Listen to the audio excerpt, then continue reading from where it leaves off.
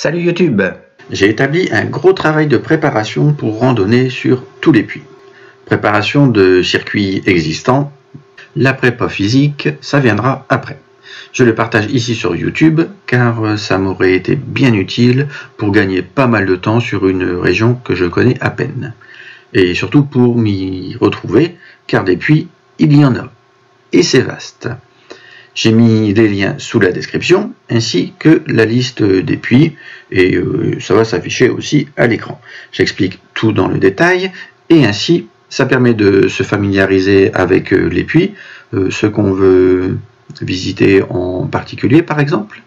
N'hésitez pas à mettre en plein écran. Le but, c'est d'établir un méga circuit du nord au sud, sous forme de petites boucles pour visiter tous les puits. Des randonnées avec une trace GPX tant qu'à faire et une bonne description toujours utile. Alors je passerai soit dessus le puits, soit juste à côté, car pour tous les monter, évidemment, il faudrait beaucoup plus de temps que ce que j'ai prévu. Il y aura bien sûr plusieurs angles de vue. Vous pouvez donc piocher dans les liens. C'est un travail préparatif. Ce n'est pas un circuit étape où on verrait moins de panoramas à mon avis, et des circuits étapes, on peut en trouver quelques-uns sur internet. Ma location prévue, j'allais dire aussi, étant à un point fixe, bon, je ne peux pas me le permettre. Et il y a bien sûr des GR qui passent le long. Ça représente tout de même ce que j'ai préparé, pas loin de 220 km pour un dénivelé de 8650 mètres théorique environ.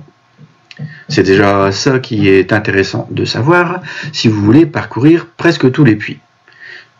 Ça commence à faire beaucoup sur 16 jours que j'ai prévu. Il y a 2 montées au puits 206, mais j'en ferai certainement qu'une, car déjà je pense que c'est fatigant.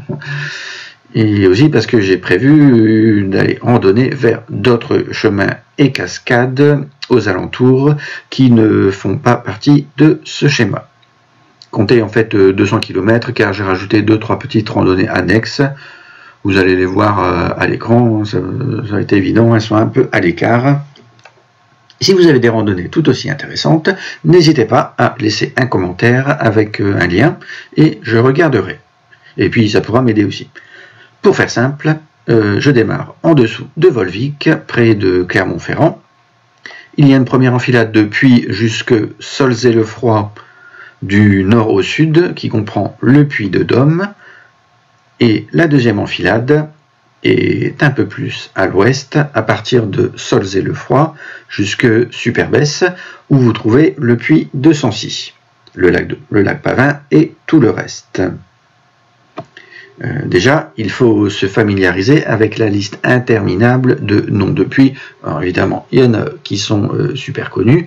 Ça va défiler à l'écran et il faut tenter de les retenir pour s'y retrouver. Comme ça, je dirais, il y a juste qu'à piocher dans les types de circuits et ça donne déjà une bonne idée, rien qu'avec cette petite vidéo que j'aurais bien voulu trouver sur Internet. Je vais aussi zoomer sur la randonnée pour y regarder de plus près. Le nom de la randonnée s'affiche tout en bas en légère surbrillance. La liste est complète. Le dénivelé et le kilométrage sont sur la droite. J'exclus la rando autour du lac Pavin car j'y suis déjà allé. La vidéo est postée sur mon compte YouTube ainsi que celle du Puy de Dôme, mais c'était en petit train. Bon, c'était effectivement très joli. Vous pouvez les visionner, les liens apparaissent ou sont sous la vidéo. Les vidéos de toutes ces randonnées seront diffusées à la mi-2021, si tout va bien. Déconfinement oblige.